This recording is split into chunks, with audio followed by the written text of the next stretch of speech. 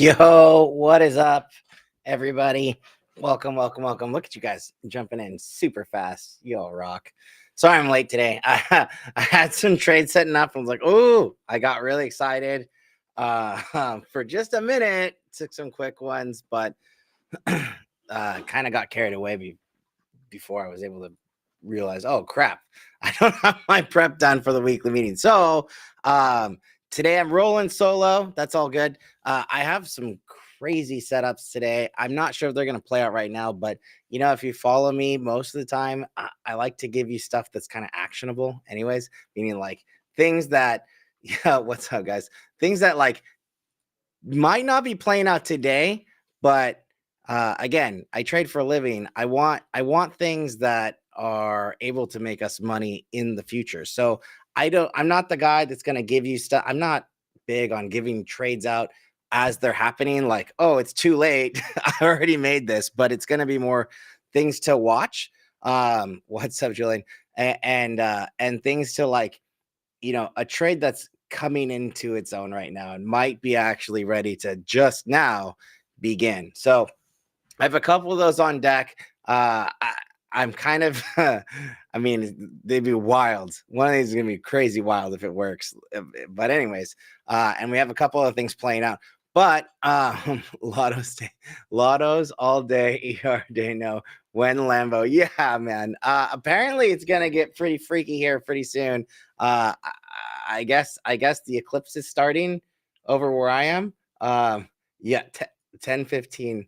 Okay. Yeah, I don't know. I haven't seen it yet. Haven't really gone outside since the sun's been out, but we're getting the West Coast. I'm up at like 3:30 our time. It's a little wonky.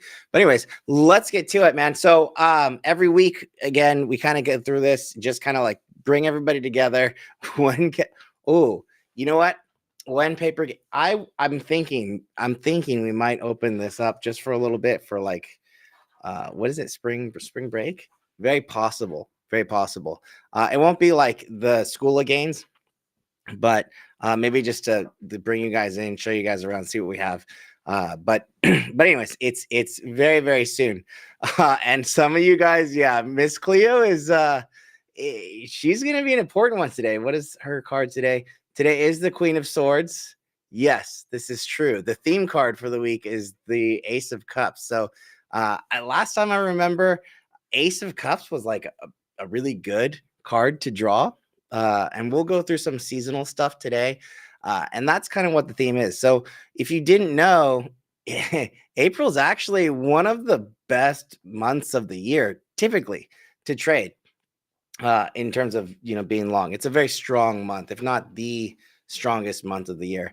And, what I'm looking at is maybe that last kind of dip for a lot of things might have been the entry spot. And doesn't mean it's over. I'm going to give you guys some very critical levels this week to trade against. And again, you guys know me. I'm all about this non-farm payroll number. It's mostly a fundamental event that will create our technical level that will tell us whether or not it is time. And we can just trust the seasonality. That said, we're going to go through some seasonal data. I'm just going to say this right now. It's literally 100 years of seasonal data that actually says that we should be long right now. Believe it or not, it's kind of crazy. It's a little skewed with some election stuff that we have, but overall, it's still pretty bullish. So anyways, let's get to it. So we typically like to do a quick recap of what happened in the markets last week, what's happening moving forward. What do we need to watch out for? If you guys have any investor days stuff, things like that, just put it in the chat and we'll pop it up and maybe take a look at it. What I'll say is earnings season is over. And at the end of this Friday, earnings season kicks off again. So from an overall perspective, it might feel a little choppy right now. We have some things coming up this week that by the end of this week, it's going to look like a completely different market. And I'm not worried about trading right now because I'm pretty positive the market's just going to be in kind of this limbo zone until Wednesday. And we'll get to Wednesday really quick. But before that, here's the recap from last week. So there was a whole lot of stuff that went crazy in the market. And if you didn't know, there was like this trifecta of headlines that really hit us on Thursday. So number one is the anticipation into non-farm payrolls Friday, which we know. Number two, Kashkari. So when we look at the Fed presidents and governors, what is the market really listening to? The biggest thing that you want to pay attention to, if you're not familiar with this, is you want to pay attention to who's dovish that's flipping hawkish, or vice versa. Someone that's hawkish, meaning like they want to raise rates or don't want to cut rates, turning dovish, and then all of a sudden their rhetoric becomes, oh, I do want to cut rates. And the major headline from that perspective on Thursday was Kashkari. And there's been a ton of Fed speakers all last week, and we still have some coming this week. So net, the messaging has actually been pretty hawkish. And if you've been following, a lot of the moves that the market's been doing is about this, anticipation of a rate cut coming. And a couple weeks ago, maybe last month, we were peaked out pretty hard. At a certain point, the market was pricing in like 7 rate cuts, which was totally wild, and has since pulled that anticipation back. And the market at the same time has been able to grind higher. But what I was talking about earlier about who's flipping from dovish to hawkish, Kashkari is probably the biggest one, right? And he did it. I forgot where he posted it, but it was an article. It wasn't a scheduled speech. But his quote was, that would make me question whether we need to do these rate cuts at all. And so this, coming from one of the biggest doves historically, was a total shock to the market. And that started to really push it over the edge.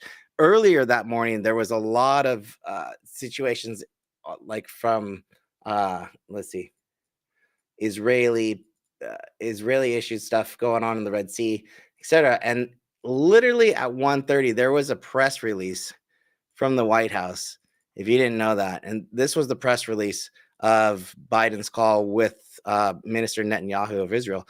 And he called for a ceasefire. And so when something like that happens, it's like, oh, okay, we're going to make a statement. We're now involved. That really, really put the market on edge. And that release was literally 1:30 1:30 Eastern, right here. This was that breakdown.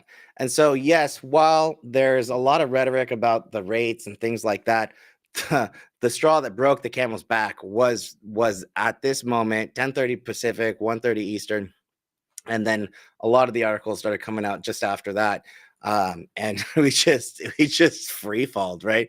So what does it tell me, right? Like, I think number one is there's a lot of hesitation when you just look at a chart like this. Let me take these drawings off just for a minute, and you just look at a chart like this, and you see this big candle. We call this a kill candle, if you didn't know. And what that means is it kills the momentum of the market, whatever market it is, at that point in time.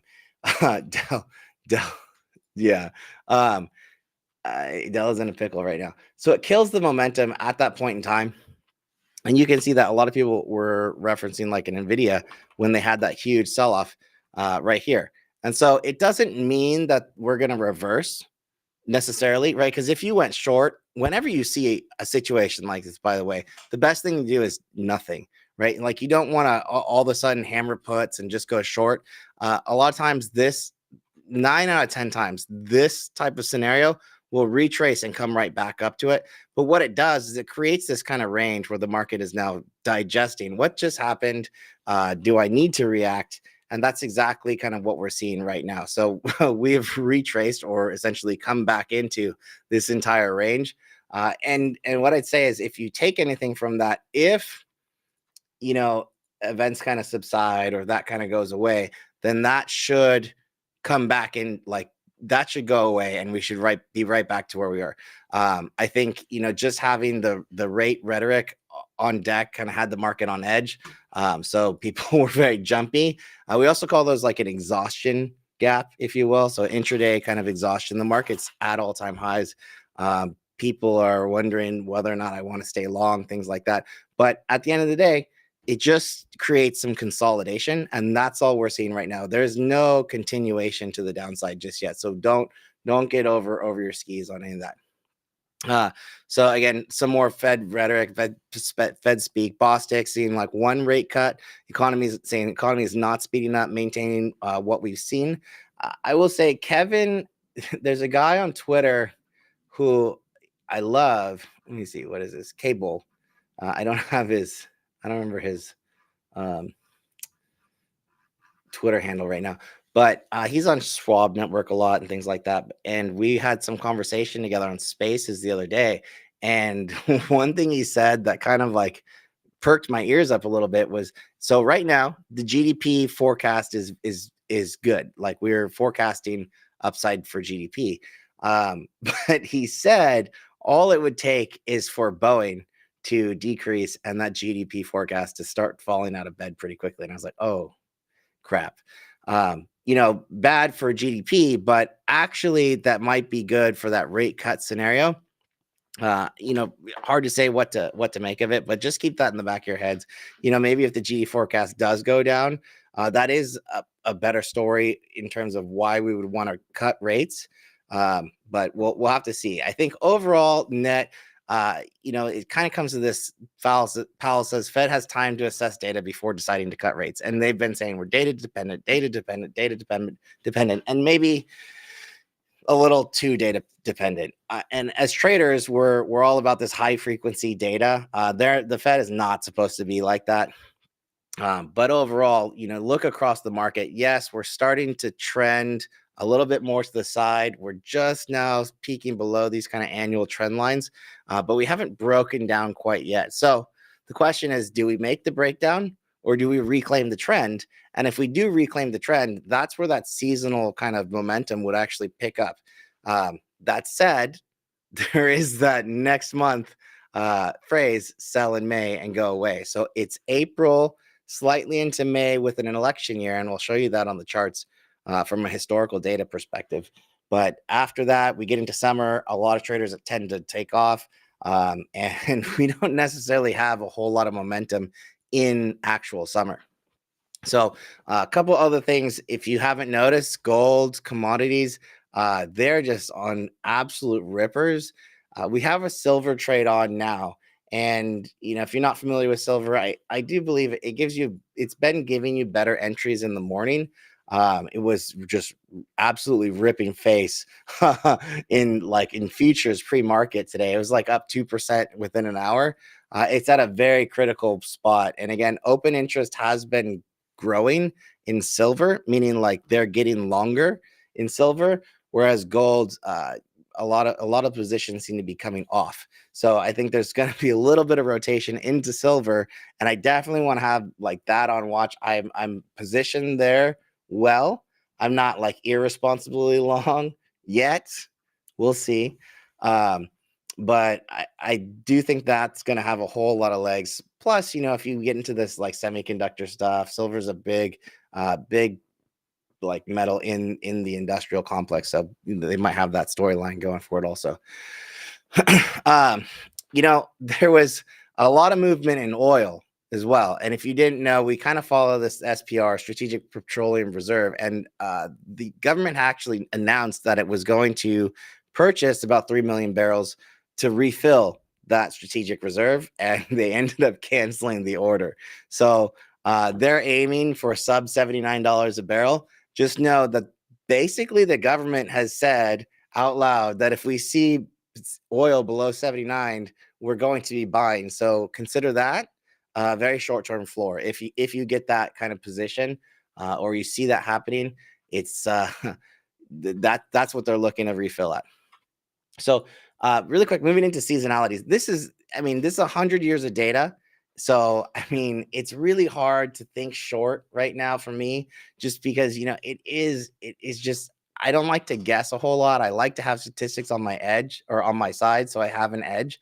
And honestly, the statistics stay long right now. We may have a little bit of a dip. This is on the bottom half here. This is a 4-year presidential cycle. This right here, this is the October lows. We're actually right about towards the end of this kind of like 4th year bottom. And what this is, people, if you hear that commentary, we're in an election year, it's mostly like, hey, look, Biden's not going to want to go into another election with the stock market down, right? That's not going to be good. In general, it's not going to give people like a good feeling.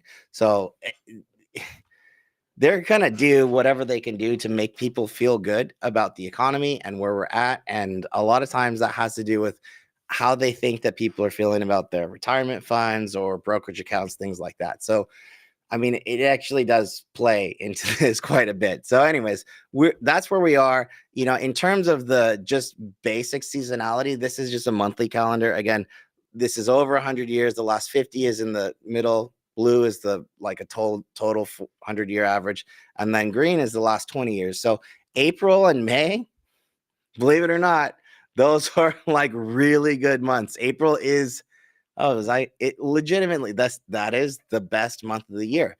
And so I'm going to give you guys a level today from the index perspective to say, okay, this is going to be kind of like our line in the sand for at least this week. As we get into the data moving forward, it's really going to be about Wednesday, and I cannot stress that enough. I don't think that we're going to have any kind of major movement until Wednesday. I mean, if we do, just know that it's going to be the market front running our CPI on Wednesday. That's going to be the consumer price index. That's the major pivot for the week. And then we're also going to have FOMC minutes released on Wednesday afternoon. And that's going to be followed up by PPI. So we have a bit of a predicament on our hands. What I'd say is like, just pick your spots very selectively. We're in a situation again, I don't know that it's going to be a place where you want to get in and things are just going to be ripping to the upside like we've been seeing, the last year or so. It might just be really kind of choppy. So it's going to be either buy more time and be more patient, or it's going to be buy less time and take profits extremely quickly. So depending on the type of trader you are, depending on your schedule, I think that's going to matter quite a bit, right? Appreciate you, Curry Rock. So again, here's the deal. Seasonal average, 100 years. April is the best month of the year. Do I want to short a stat that tells me to be long right now? That's the problem, right? Like I get the short setup. I don't see it yet. It's possibly there, but the odds are statistically that we will reclaim the uptrend that we've been in. Now, whether or not that holds, that's TBD, right? Because then we get into May, June, July, August, and we all know the bloodiest month of the year is September. All right, so that's that, right? Any paper coin heading back lower. Hope you're getting sleep. Yeah, appreciate you, Austin. We'll talk about coin and Bitcoin overall too. So it's not yet, but I believe the halving. So the halving, last I checked, and it's based on the block. So like meaning like block rewards.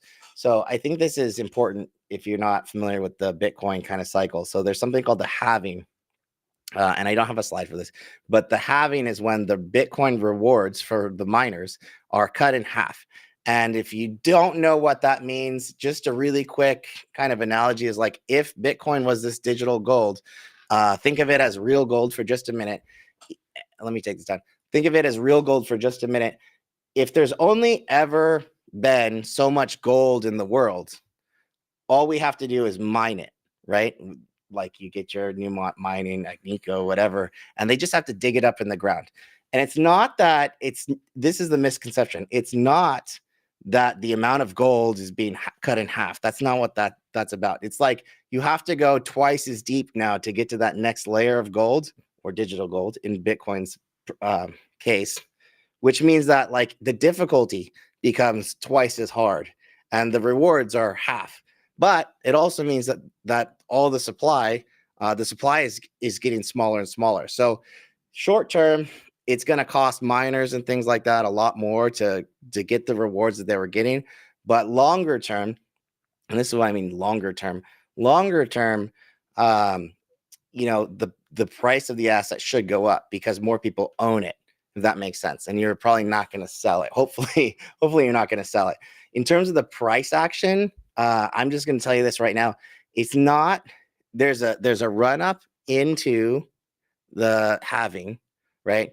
And the event is a sell the news event. It's not until like a month or so, a few weeks after, that Bitcoin will actually settle down, because a lot of people are buying this hype. Buy the rumor, sell the news. They're buying the rumor, they sell the news, it stabilizes. But the following years after each having the following year or so, I think I might be a little bit off on this metric. Bitcoin has increased an average of like 400%. So I'm just going to say it right now. That's like 250K, give or take, per Bitcoin.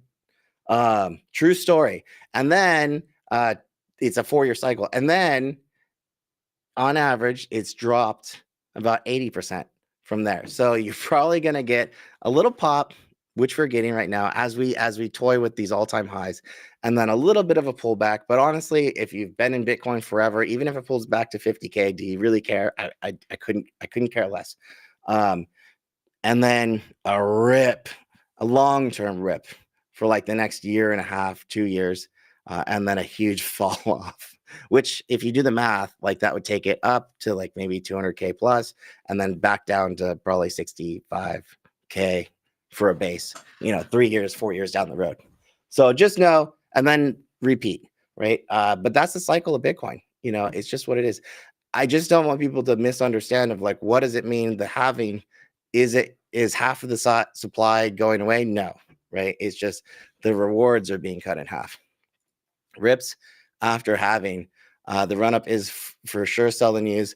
Yeah. And then it's a base, and then it bases out. So all I'm saying is, I'm not saying short. What I am saying is you might get a better price end of May, give or take, early May, because we're scheduled to have the halving go down, I believe, on April 20th. If Cam or Alpha was here, the crypto guys, they can correct me, or anybody on YouTube or Twitter. But yeah, it's like a 400% run up the following year. So it's not like an instant boom. This is the event. And, all that to say is, don't get over leveraged in the run up rumor, because you might get a better spot later. And if you're over leveraged going into it and it does dip pretty aggressively, you might get scared, sell your whole position, and you miss the entire move. So that would really suck too. Don't do that. So hopefully that helps, guys. Sorry for the tangent. The rest of the data that we got, again, so Monday we got ISM manufacturing numbers. I had a couple comments like, why did ISM services move the market so much on Wednesday? So it did move the market quite a bit. And again, if you're not familiar, it's because we're a services-based like economy. That's pretty important for us. Friday have all this data here on this non-farm payroll number that we got on Friday. So the headline number overall was significantly higher than anticipated or consensus. And again, we only really want to, when you're looking at these data points, these economic data points, you just look at not what the actual was versus previous. And we're getting to earnings season next week. It's going to be the same thing. You don't want to look at how much the difference was between the current number and the prior number. You want to look at the consensus, or what the street estimate was. And again, this is that non-farm payroll headline number, 303,000. We come in against a consensus of 200,000. So this headline number was significantly higher. As we drill into the numbers and you look at, well, where did it come from? A lot of it came from this government payrolls. And so consensus government payroll was 20K. We came in hitting at 71. And so between this and the fact that a lot of the non-farm payroll data numbers have been revised lower, I think the market had a little bit of a muted reaction, but it did recoup a significant portion of that Thursday sell-off. So we basically come all the way back from that perspective, if that makes sense. So it does give us a really clean point to trade off of, and a really easy level to say, okay, if we're above this, then the market's in an uptrend. And if we're going to continue on to have a bullish bias, I need to see the market holding above XYZ level. From like the rest of the data points, it's really manufacturing payrolls right here, right? So we came in at 0 against a consensus of 5K, slightly lower, and average hourly earnings actually. So this is year over year. I think month over month, slightly higher, and a slightly lower unemployment rate. So these are the things that we're really kind of looking at here. So net, the jobs number, headline number is a little bit better. It's still a lot from government payrolls, which, by the way, is just not how you want to grow an economy. And we want to see this manufacturing sector and services sector really like being strong. So, it's kind of like a meh number, nothing crazy, nothing to write home about. But we'll see. And it does give us some fundamental levels to trade off of. So this week moving forward, we do have a huge week. And I said Wednesday is going to be the pivot.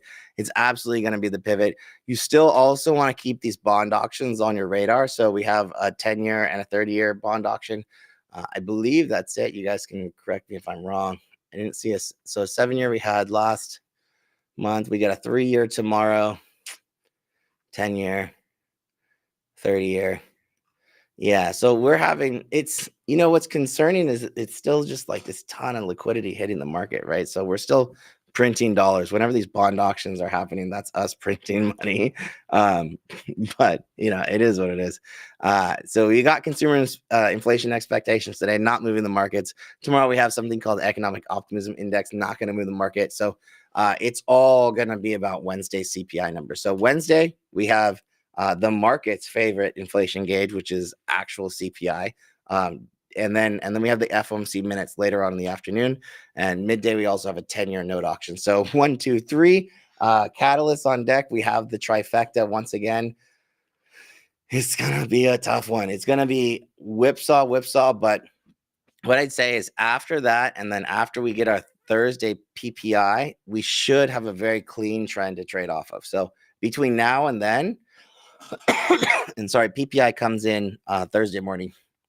Between now and Thursday morning, I don't know that I would really take any major cues. That's what I'm saying. I just don't think the market's going to really go anywhere unless it starts front running, possible data points. Which honestly, that would look more like a turnaround Tuesday. So maybe sell off a little bit today, and then turn around tomorrow into front running this news.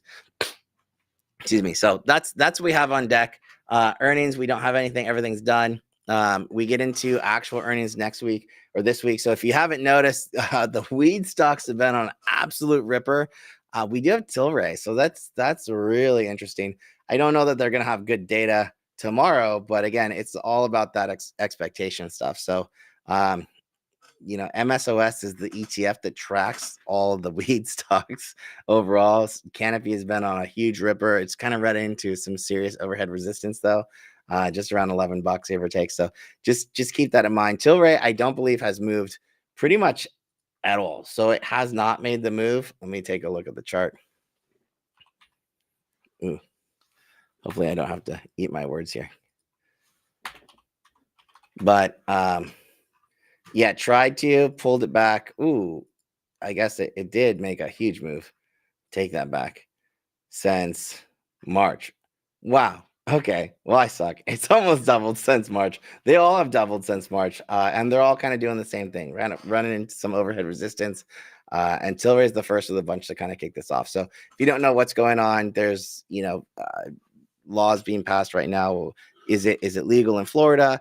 Is Germany going to legalize cannabis? And if Germany legalizes cannabis, that will likely open up the entire European area. What's up, Quantum? And that could be a huge headwind for some of these stocks. So they're very, very low, extremely volatile. I would not play these with options. I would just play with commons. Any kind of options on anything under $10 is just unreliable. And then a lot of people have been watching Delta, right? So I keep saying Delta, man. Delta, in terms of airlines, has been the one to really be long. If you're going to be long, it has the least amount of Boeings. So like if you wanted to pick a flight and you definitely didn't want to fly on Boeing, you're most likely going to be on a Delta airline flight. The chart, here's the weekly chart. It's basically targeted acquired, right? So our first long was here, and then I didn't get this dip, and then a couple of people started grabbing this later. But honestly, this was my target. United had pushed off their investor meeting last week, so they pushed out their investor meeting last week. You got this huge dip. Because again, really, it's they're gonna have earnings soon. They don't want to be talking about like, hey, what's going on with your aircraft and Boeing and this, that, and the other. They want to talk about good stuff and their earnings. So I don't know if Southwest got hit. Ooh, nope. Southwest did not have any kind of price action off the fuse or the I forgot what it's called, the piece that flew off over the weekend. And Boeing was down quite a bit, like 1% this morning. Yeah, man, this is this poor stock. The entries. Geez, we're over here, but this is not a good look at all. I'll just say that it's just not a good look, man. Yeah, we're just kind of like channel down, channel down, channel down, channel down. I wouldn't.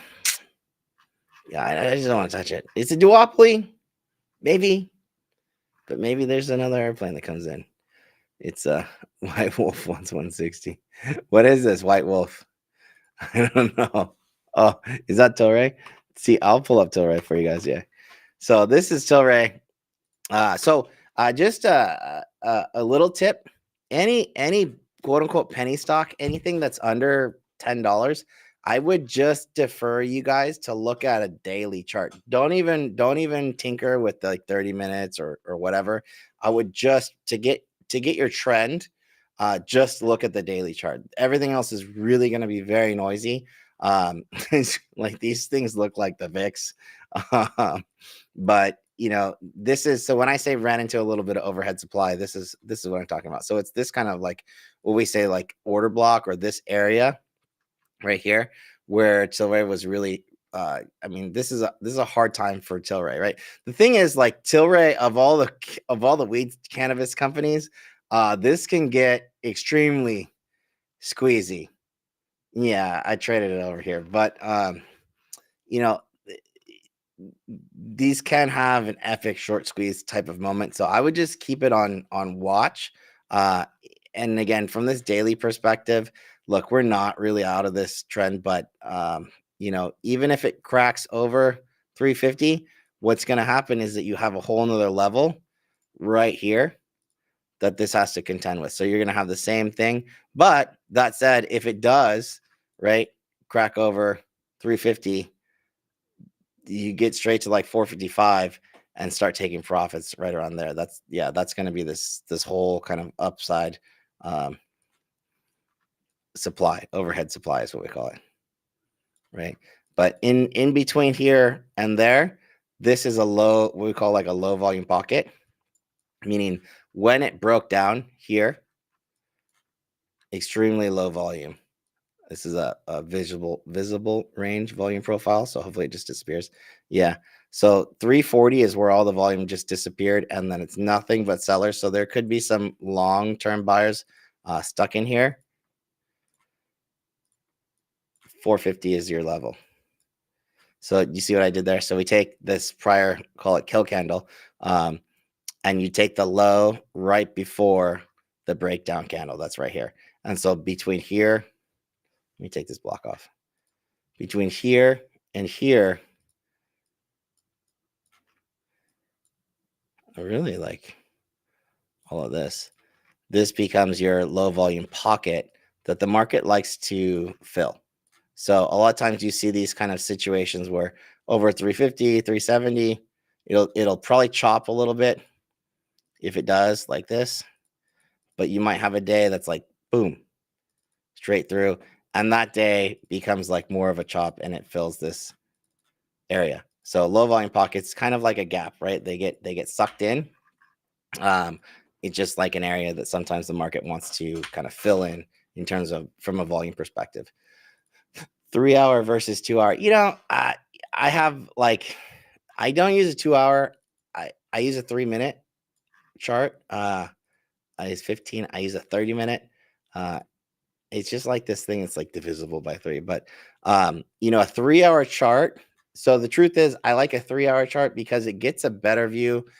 Some people used to use like a 4 hour chart, right? So if you look at a chart that's a 4 hour chart, you really only have, and we'll just be on SPY, you really only have 1 hour that's actually capturing the day. So I use a 3-hour chart because I can really break up an AM session and a PM session, if that makes sense. So AM session, PM session, and I get a good view on pre-market and post-market. So that's why the 3-hour chart, if you're asking. Bucky. Oh, that's the white wolf. Is Bucky the white wolf? Oh yeah. So Bucky, if he gets back, we might call him the White Wolf if that's really his name, BKA. I do like that. Yeah, but so Bucky, his name is still Bucky right now, and yes, he does want 160, but for whatever reason, he's building back up, right? So what we're looking at right now is this kind of like, remember we were just talking about these low volume pockets.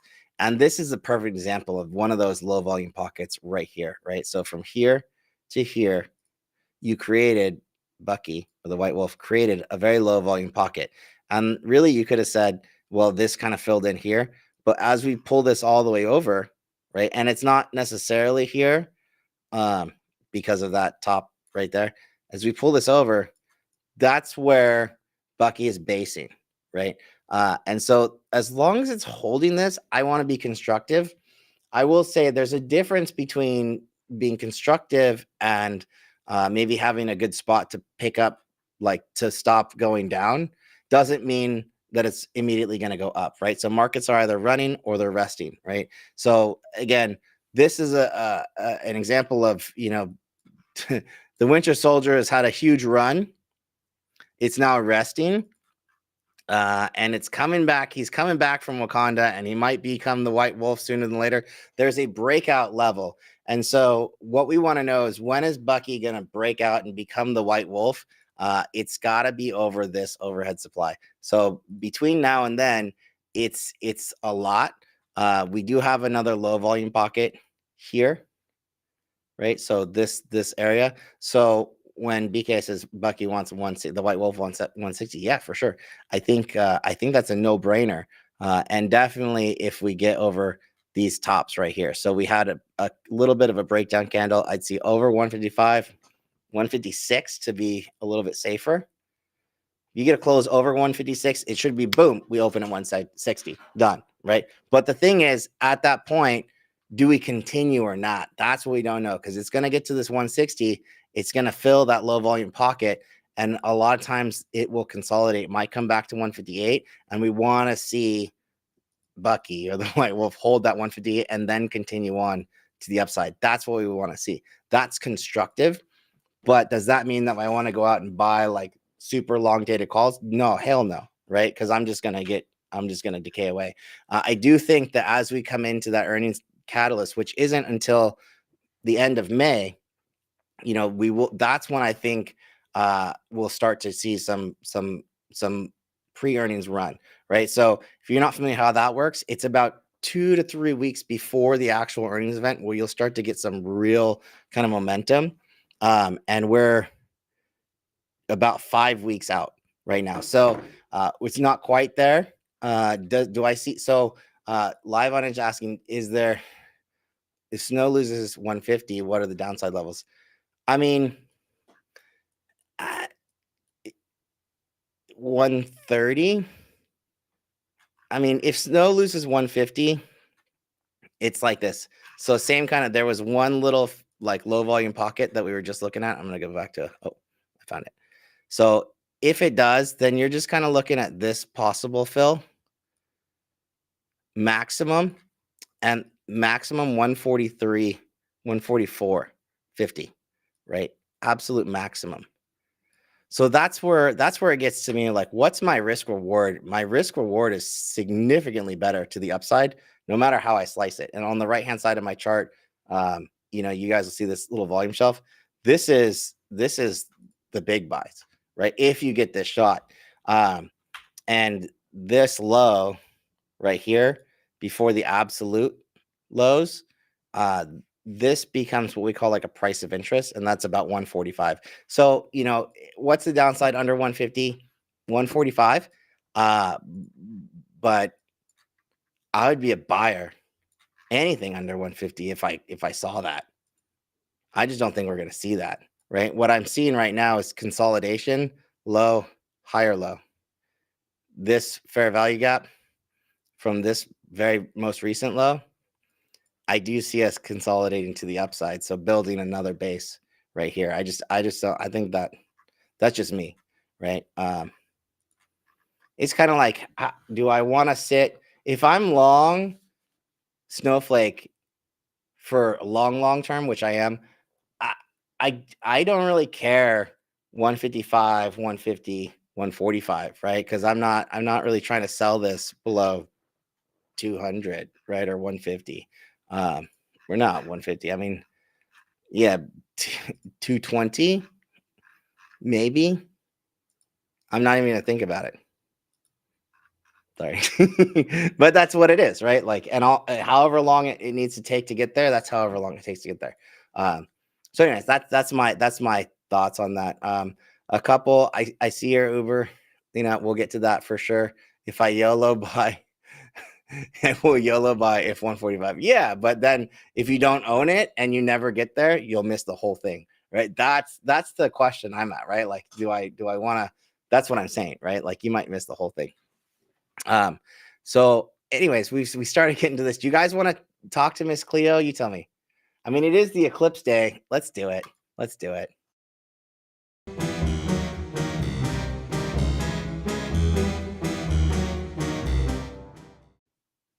All right.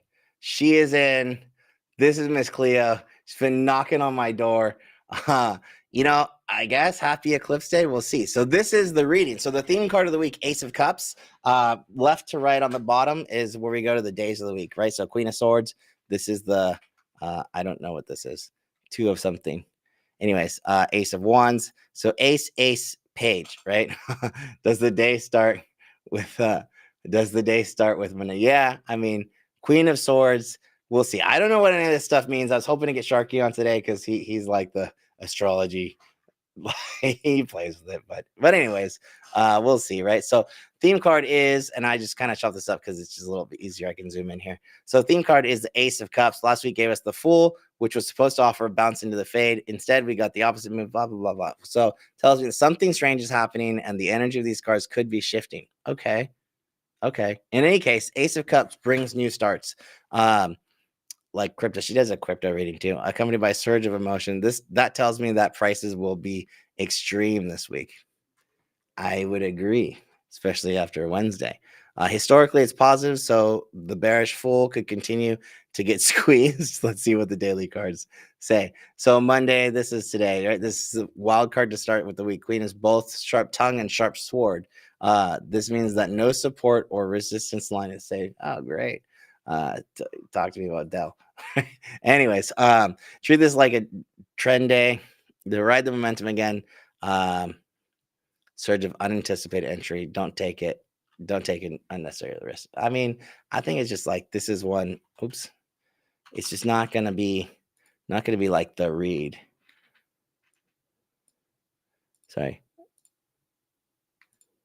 I lost it. Let me get back to our slide. Where were we? Not the main read. I gotta get back. So Tuesday is what we're really more concerned about. So 4 of Pentacles. That's what that was, a pentacle. A little stingy here. We don't want to give up any of our gains. As a result, we're having a hard time making progress. Oh, chop day. That's what that sounds like. Energy is not negative. So be able to close the day, positive territory. So yeah, I think that's par for the course, right? It's really going to be Wednesday from a calendar perspective. So Wednesday, here we go with another ace. So that's aces like the beginnings, quite fiery and energetic. Expect wild price swings. Yep. That's exactly what I would expect. Send us opposite direction of the dominant energy thus far. I mean, the dominant energy thus far, Miss Cleo, is sideways.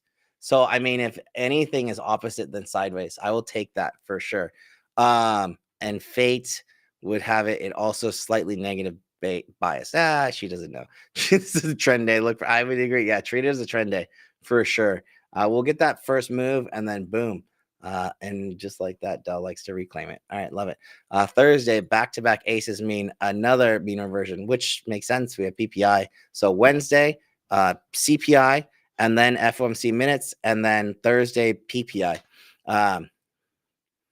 Journey is not an intellectual one. It's not just an intellectual one, but a financial one. The best I can do is play the opposite direction on Wednesday. Don't fall in love. We'll see.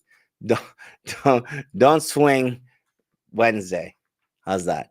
Page of Cups. Pages are like aces in the sense that they bring new starts. However, their energy is much weaker and they fade even stronger in the afternoon.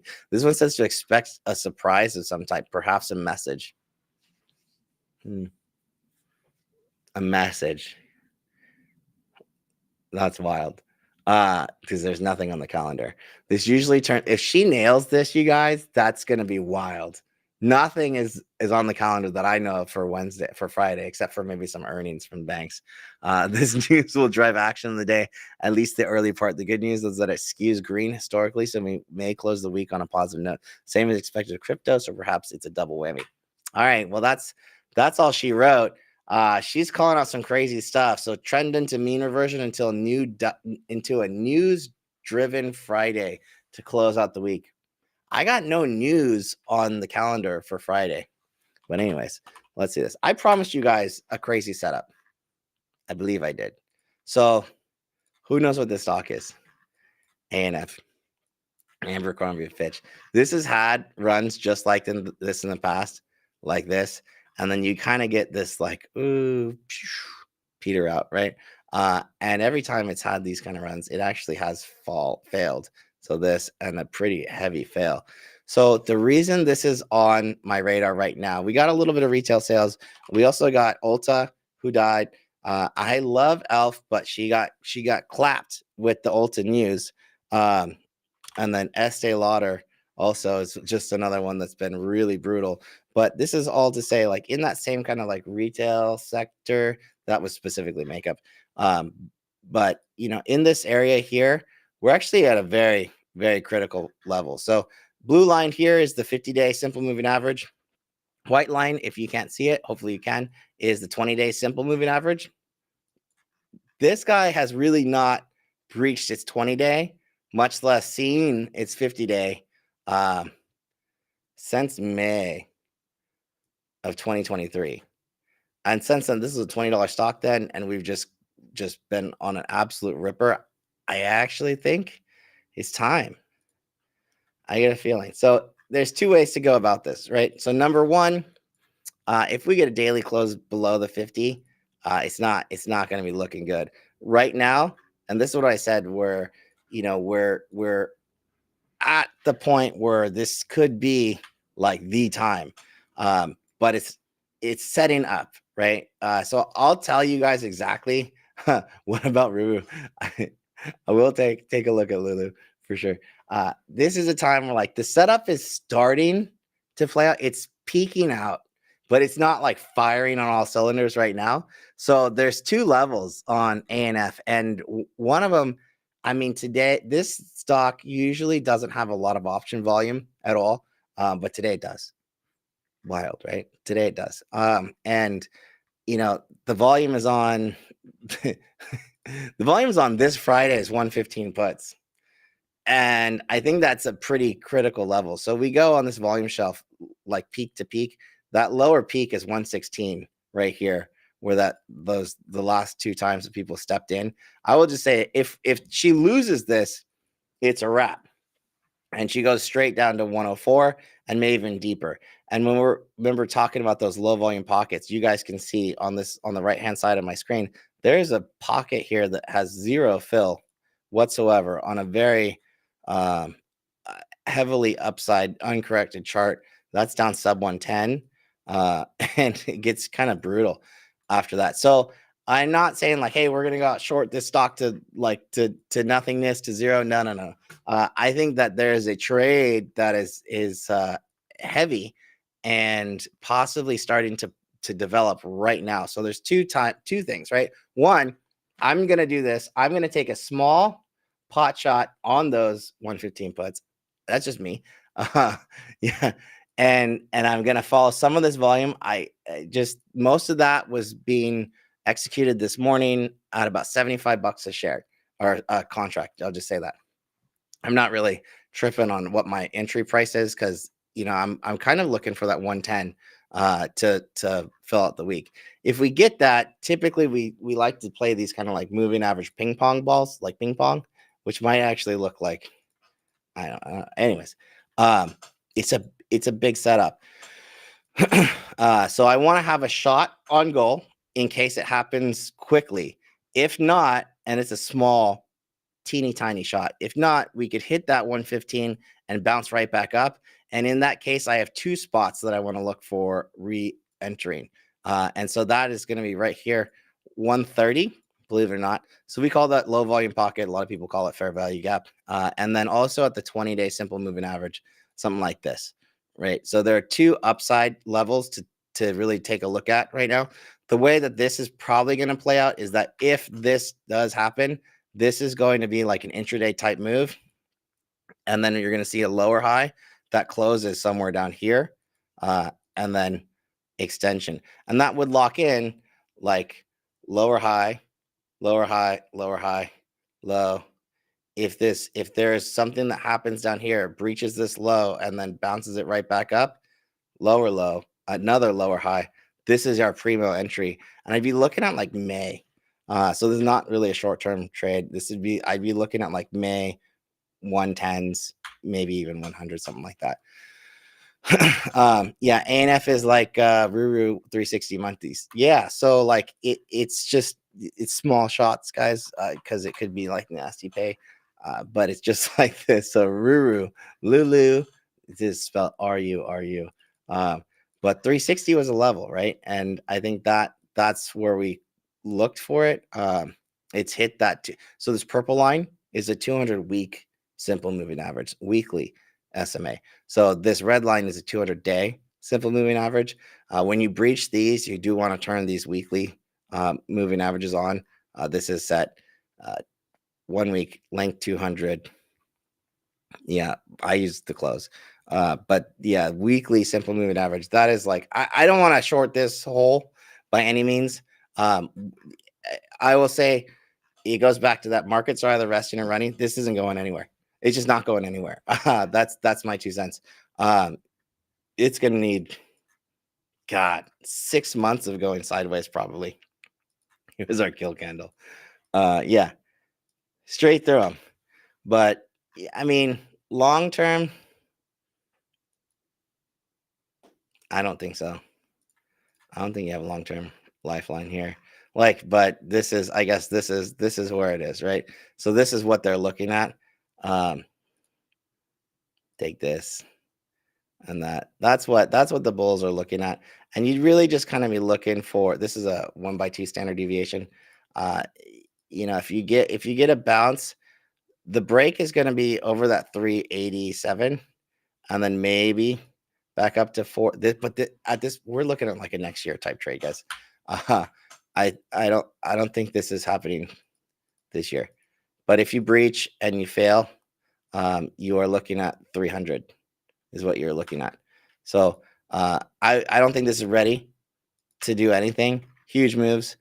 If you breach that line though and you fail, you're getting to 300, and the way we find that level is right here. So this is again back to those looking for those low volume pockets, right? So where is the low? Is there a low volume pocket on Ruru? I'll just switch this to the daily so I have my volume profile. So yeah, it's going to be right here. This visible range. So this is all just selling 297.54. That's your low volume pocket if she gets there. But I don't think this is anywhere close to being ready yet. I think that's got to digest for a long time. Like you will probably get to that 370, maybe even 380, 377. You'll get to 377 and you'll get rejected pretty hard. So maybe something like that.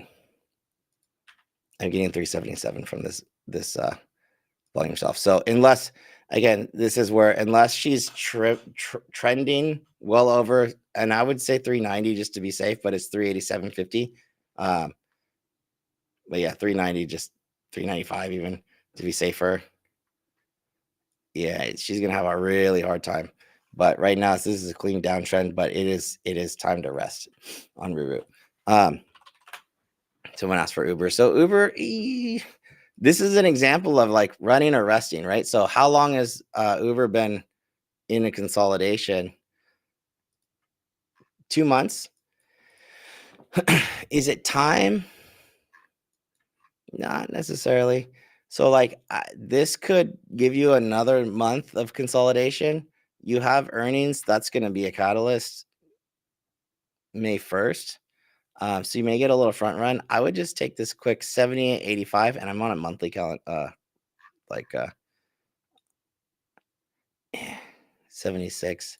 I would just go week by week, right? Like you typically look for 2 higher lows, or for 2 higher lows. So right now you have 1 higher low, but then you breached it. So I don't see this as anything that's ready right now. Honestly, I think it's probably going to come down to this catalyst. I would need 2 more higher lows because we have a lower high here that we're looking at. I just don't think it's ready, but it'll lower next year. I mean, this is from this. I don't know what this. Oh, this was S&P inclusion. S&P inclusion is 69. This creates that little fair value. 73 is kind of where it's going to base out, but I don't think it's ready. Yeah, so it looks like SPY and Qs are about to run. Let's go ahead and take a look, right? So this is my view, and I'll do this, and then we'll head out for the day, and I'll see if I can hop in some spaces. So every morning I kind of come in, I look at this view, 30-minute candlestick chart. I think I get the best. Like overall view. And one thing, so the dollar, we were looking last week for kind of like that lower high around 105 on the dollar. That's actually exactly what we got. So if you were looking at the dollar a week or 2 ago, you would have been, oh, this is super bullish. But now you've hit this trigger, kind of fill this low volume pocket just a little bit, and you're starting to head lower again below this consolidation. That's good. I will say if interest rates go up or go down, that's typically bullish for the dollar also. So in that instance, the dollar actually might go up with equity. So we might get a little decoupling. Back to my 30-minute chart. So NFP levels, right? So this is Friday's high. This is Friday's low, happened in the pre-market, and I take the low after the market gets the data. So CPI data came out in the pre right about here. This was that initial reaction candle, that low, 512.50, and the high of that day intraday, 520.43. The way this works is if we're trending clean open and close above trending multiple days over, and I want to see a clean open. So I want to see a day where the market opens outside of this range and then closes above it. As long as we hold a trend like that, we are going up. Nobody should be thinking puts. Period. End of story. That is how it works. That is 100% like accurate. It's when you get this kind of kill candle. So what we have right now is we have last month's non-farm payroll data coming into play still. And so the way this works is that as long as these levels happened, they happened. And so right now we have kind of like this small point of defense. So what I will say right now is as long as we're holding over March's NFP high, 518.22, we still think upside, right? I think that this goes here. We're not like flying out. This blue channel on my screen, that is the annual trend line or annual channel from January. So all the way up, up, up, up, up, up, up. Every time we've gotten here, it's been a buying opportunity. This is the first time we kind of breached on that kill candle, but guess what? Instantly back into that area. It's not going to be until we reject, which will look like what? Why is that 518 also critical level? It will look like this. And in that instance, only in that instance, do I want to trade. And then that trade I'll be taking down to like 512.50 or thereabouts, and then stop, right? Because when we're inside of these non-farm payroll like levels, what's true is that the market has not decided yet which direction she wants to go. So she could just chop, chop, chop, just like this, and a lot of other times if I can find some where they spent like this inside these type of levels and just really go nowhere, right? And so that's the market's on edge. You'll have a clean trend, but 520.43, nobody thinking puts over 518, bearish or bullish kind of like sentiment in general, unless you have a setup something like that ANF, which is that would be really really juicy. So that said, that's where we are on Qs. Super similar. So we never broke out of that March level, right? So this is the Qs. This is that March NFP level. We never got over it. I'm going to use this 438 34 as kind of like my level, but again, over 443 we go up. But unlike SPY, it's very limited upside on the Qs, because over that we are just looking at 448 as the next stop, which is that March level. And it's not until we're over 448.63 that we can really say, okay, we have some Momo on our side. Does that make sense? Otherwise, we're just looking at consolidation or just choppy, trendless type of trade, which is exactly what we've been getting on the Qs for quite a while. That said, of the major indices, the Qs actually have the best momentum typically in April. So if one of these is ready to go over, the actually Qs probably from a seasonal perspective has been in a consolidation significantly longer than SPY or the rest of them. So I would like to see that happen, but I have to have these levels actually breach. Two stocks can I touch on? So Tesla and Adobe. Sure. Tesla we have here. So Tesla, I call Tesla. You have your down channel, right? So take these lows here. We're at the low end of the channel, right? And then we have kind of like what we're going to call like a wedge, if you will, right? So you're getting really tight, but where are we not out of right now? We are not out of the woods just yet. So we're at the top of this channel, and quite frankly, not a spot like, and if you wanted to get really, let's go ahead, just connect, just get as much confluence. So you have this one, and you could take these. So you have kind of like one inside the other, if that makes sense. So if I get through this, cool, that's fine. I trend over, maybe get a little retest. That means I'm looking for just this. That's 199 at most. And again, we're going to do the same kind of thing, and we're going to look for that low volume pocket right there, right? This big giant candle. Fill that low volume pocket. Guys, trade's over there, right? Because most likely we could see that, unfortunately, unless we do this way over here. But regardless, after a move like this, Tesla's going to need a rest, right? So that's why we say trade over. If we get over this, then we could trade to the top of that longer standing wedge. So I do like that in terms of like confluence, things like that. So if we go from this high to this low, yeah, you're in a golden pocket right here, a golden zone. So 618 to 65 level, this is where buyers should be and are kind of stepping in to defend the stock.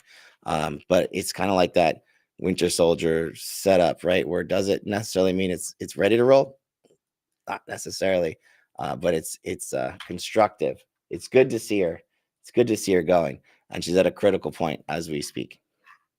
So I like it. We're building some base right now. It's gonna be probably choppy, but yeah, she's got to get over that 177, 180. She can hold over 180 and start reclaiming this stuff. This is a smaller time frame, like this. This move from here to here is your day trade type move. When you reclaim over this 182.95 in this volume shelf right here, this is going to be quick to fill that low volume pocket. So the Momo will kick in 183. For now, she's kind of still battling, chopping around. I do have one higher low today from yesterday, but I don't have a higher high, meaning like a break of structure. So if this is my last high, I want to see this break, probably tag that, and I want to see a lock in 177.70, and then that would be a second higher low after a break of structure. That would be good. And if NFTs are like magic, yeah, absolutely. If you don't know this NFT stuff, that's like a market hack and a half, no question. So next one was Adobe from Live on Edge. So Adobe, she does not look good. So remember I was talking about that purple, that 200-week simple moving average. So that's where we are. It's a huge level. If you don't know this 200-week simple moving average, it doesn't always come into play, but when it does, look at this. This is where you get your epic buys. Christmas, right? COVID lows here. And then right there, 359, huge one. We don't get it that often, so that's why it doesn't really come into play that often, but it's a big level, right? And something where we're getting into consolidation. What I would say is that we want to take trades when moving averages are expanding. And right now, the distance, and what I mean by that is the distance between these simple moving averages.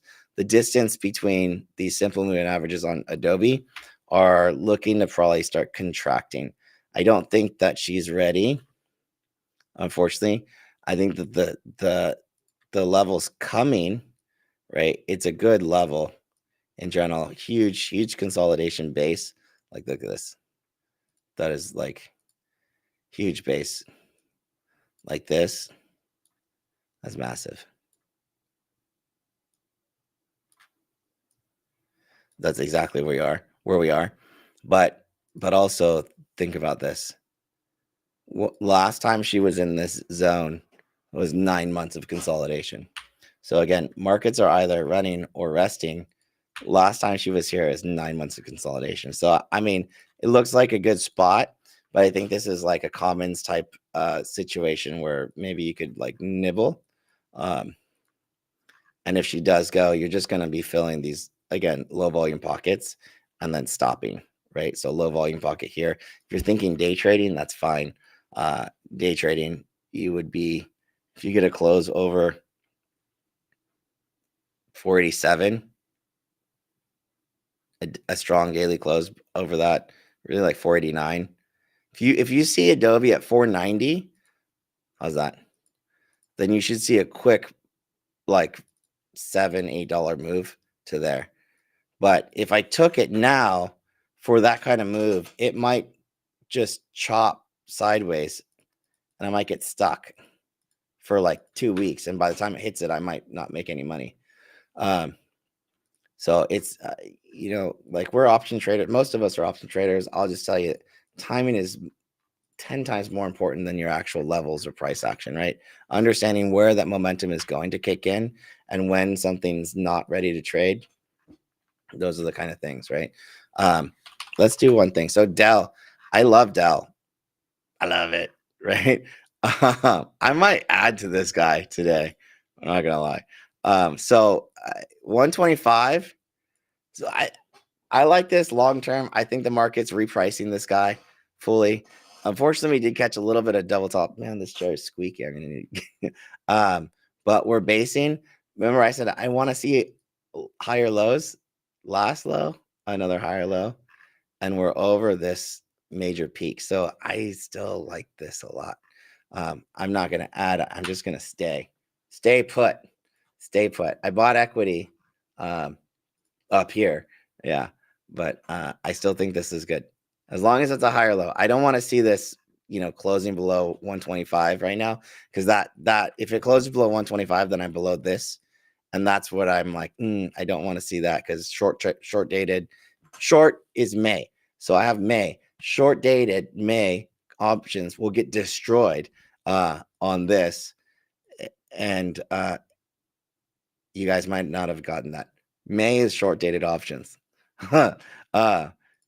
You'll probably see this other like dip right in the sub 120, which again I would be a buyer of equity, but it's also a moment where like you're in consolidation. So appreciate you on that one. Let's just do one last one because this is brutal. Hi-ho silver. Right. If you didn't know, I mean, this is the one, right? So this is a weekly chart, long term. This is all the way back to the original silver squeeze, which by the way, silver squeeze kickoff, right? 2068, right? Huge consolidation. I don't know how many years this was consolidation. That is a massive consolidation. all of this is a 1,310 day. How many years is that? I don't know. This is 4 years. So 2020.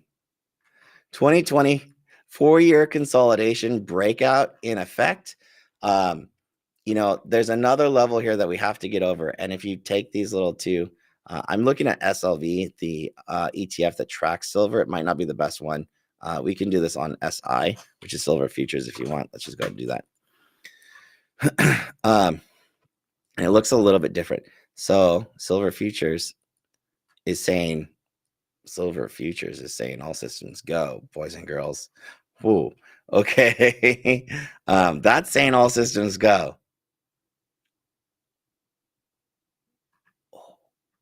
I didn't realize it was going to say that. I thought it was going to say hold or wait, we haven't broken yet. But anyways, this is that last breakdown, big breakdown right here, 28.25 on silver futures. It's about 25.50 on SLV right here. So we should see 27.50 low volume pocket, top of that prior gap. And let's just go ahead and drill into a little bit right in here.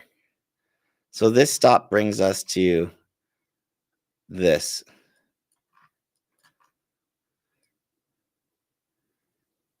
Same kind of thing, a little unfilled low volume pocket, 25.50, which is where we're sitting right now. So how these work really is like if you close in there or above it, yeah, you're probably going to crank right through it, which is what we're seeing right now. That's 25.41.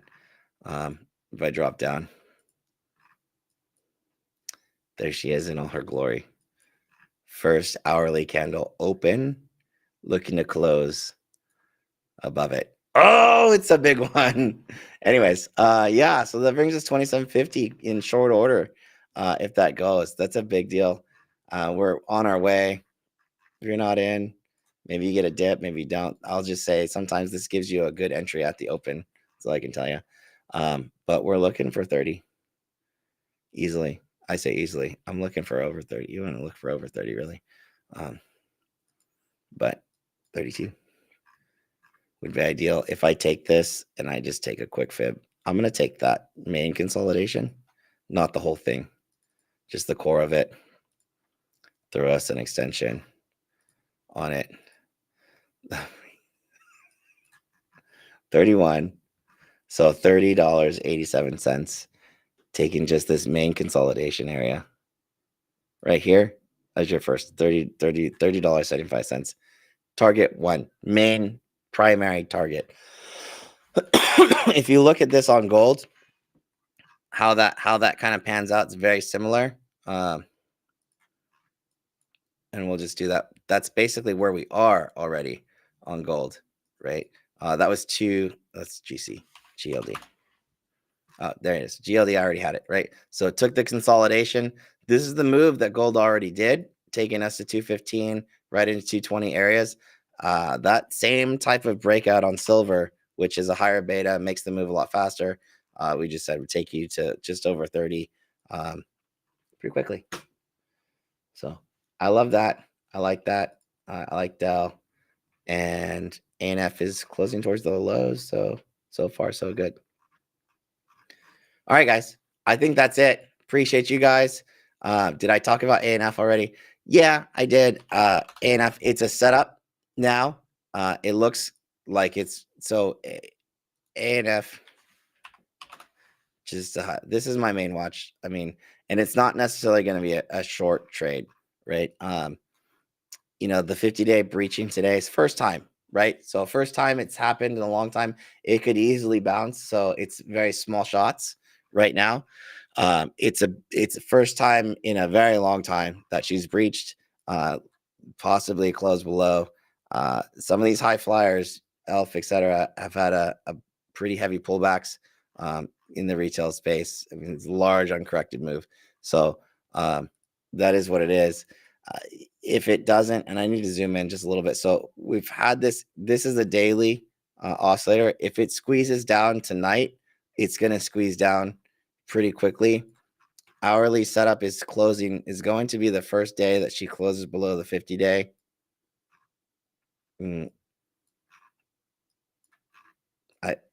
Since 2023, May of 2020, since it was $20. So I'm probably gonna swing it, just how it is, right? If I'm not gonna be able to get a large position here, this is something I would rather build into.